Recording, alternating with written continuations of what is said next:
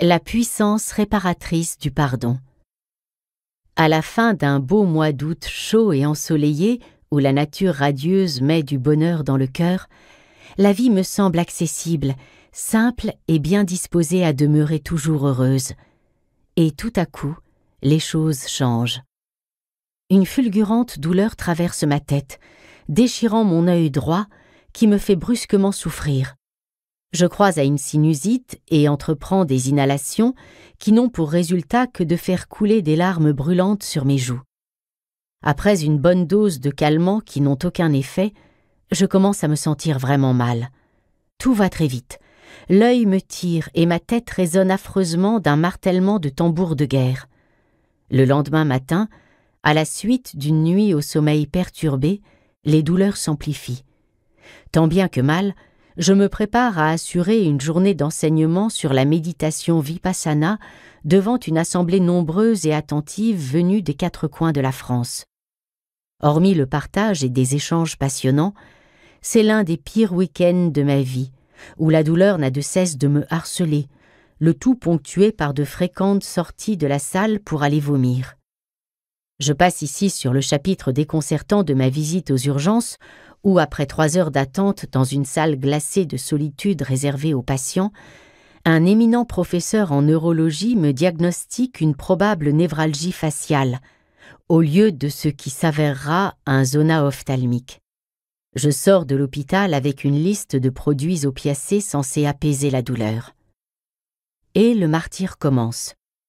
Comme la prise des opiacés menace de me priver de toute énergie vitale, je suis le conseil de Colette, guérisseuse adressée par des amis très proches, en cessant le traitement après 3 jours de consommation exténuante. Et le zona se déclare avec une apparition de boutons traçant un chemin de chenilles processionnaires le long de mon front et d'une aile de mon nez.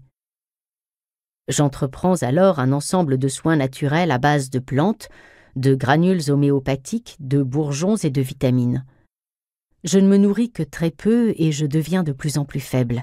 Des coupeurs de feu se relaient à mon chevet, mais les douleurs augmentent et je ne peux plus me tenir seule sur mes jambes. Il me semble être déjà parti pour un autre monde, une autre vie que je pressens encore plus tourmentée que celle qui fait tout pour me quitter. Cependant, au fil des jours, le zona se soigne lentement. Je dois prendre mon mal en patience.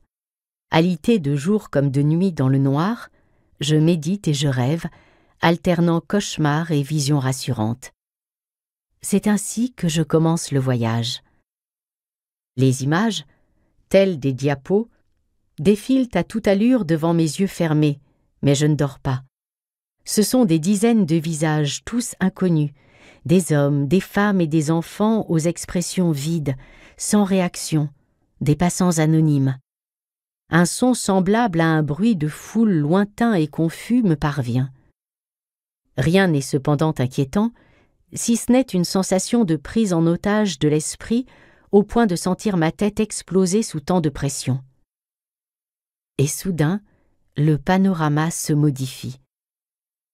Je me vois transporté dans une lande au bord d'une falaise face à un précipice vertigineux.